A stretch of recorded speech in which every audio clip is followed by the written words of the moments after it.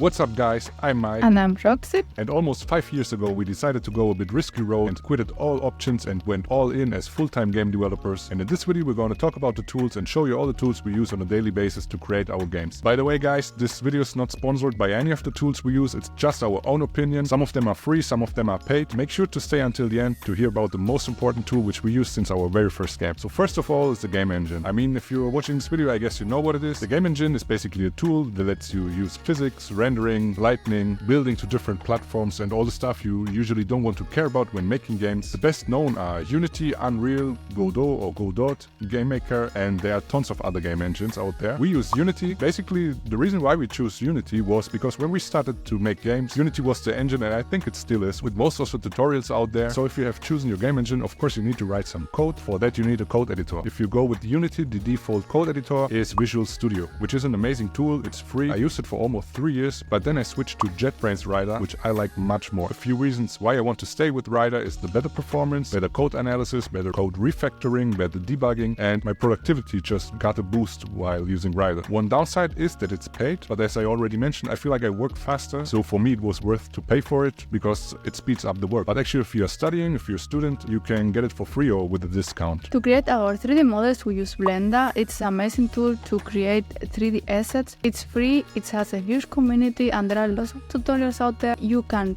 animate your character inside Blender. You can also create texture for your models, but if you really want to focus on texturing, I recommend Substance Painter. It has a library with a lot of smart materials and brushes. It's a really powerful tool for texturing. It's paid, but if you are studying, you can actually get it for free. But if you are looking for a completely free alternative, you can check out Pixel Mixer or Artboard Paint. Another tool we use to boost our productivity is GitHub Copilot. It's an AI programming partner. It's just like ChatGPT, but inside of your code editor. One really nice feature of GitHub Copilot is that it's inside of your code editor. If you want to add some features or if you want to add something to your game, GitHub Copilot already understands your whole code base, so you don't have to explain the code or copy paste something. You just can ask how to improve my code or ask to fix the bugs or something like this. And another nice feature, what I really like, is that GitHub Copilot has an autocomplete feature. Of course, sometimes it's a bit messy, but in general, if you have a task and you want to implement something, which is just writing down code, you already know what you want to do, auto-completes, and it really boosts your productivity. As some of you may have noticed, we are a team of 2, so we need a tool to collaborate together, and for that we use GitHub. But even if you're a solo developer, I highly recommend to use a version control system. GitHub is free, it's amazing, and if you download GitHub Desktop, it's just super easy with one button click to publish or to upload and download the project's files, or to create branches or whatever you want to do. And it's also nice to have it like a cloud storage for your project, so you can work from everywhere. Another AI tool we use is ChatGPT. I mean, do I have to talk really that much about it? We use it for lots of tasks, for example for brainstorming, creating documents, creating design sheets, creating technical design sheets. And one really nice feature is that you can let GPT play through your game or through a scenario or through the call loop. Like you just describe the rules and or a setup, and then you prompt to GPT that it should play through and share with you the thoughts and every step. And it especially helps with creating concept art and reference. But sometime before I even create a 3D asset, I need to organize my concept art and reference.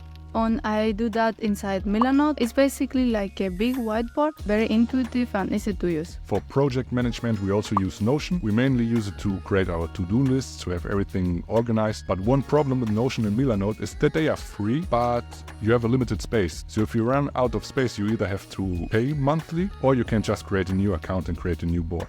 Or you can just delete old stuff. Although we make almost only 3D games, we still need to create 2D assets like UI elements, icons, or visual graphics for our games, what brings us to Adobe Illustrator and Photoshop. Illustrator is great for creating vector-based designs. For example, I create UI elements like buttons inside Illustrator, and for more detailed image manipulation, I use Photoshop. Before switching to the Adobe Cloud, I use CorelDRAW, which is a good tool and is very similar to Illustrator. There are free alternatives for 2D asset creation. One example is GIMP. But your game is not finished once you publish it, or at least for us. We need a tool to understand the behavior of the users, detect possible bugs, and to improve the game. Especially if you're developing for mobile, this is crucial. And for that, we use Game Analytics. It's free and it's an amazing tool. We use it especially for the first prototype to detect the playtime and retention of the users, and also to create create some custom events, meaning, for example, if you have a tutorial which consists of 5 steps, you can track how many percentage of the user are completing all the steps. And if you see that, for example, after the 4th step, 50% of the user are leaving, then you know there's something wrong with your game. Another important tool what you need for game development, not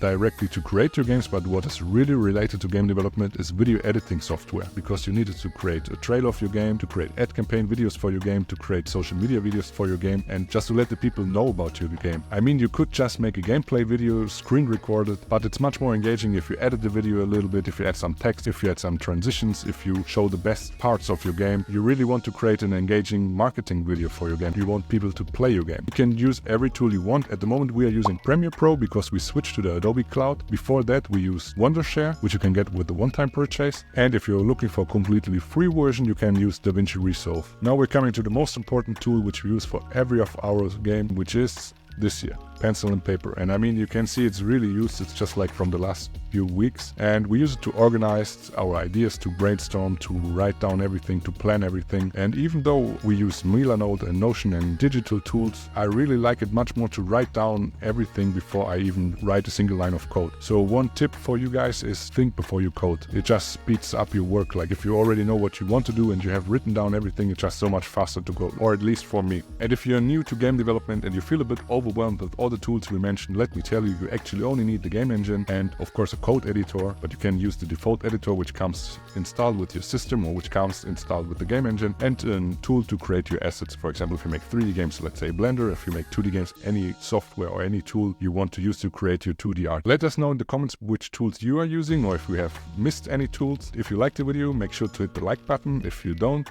well, at least you watched until the end. Make sure to subscribe. Ciao.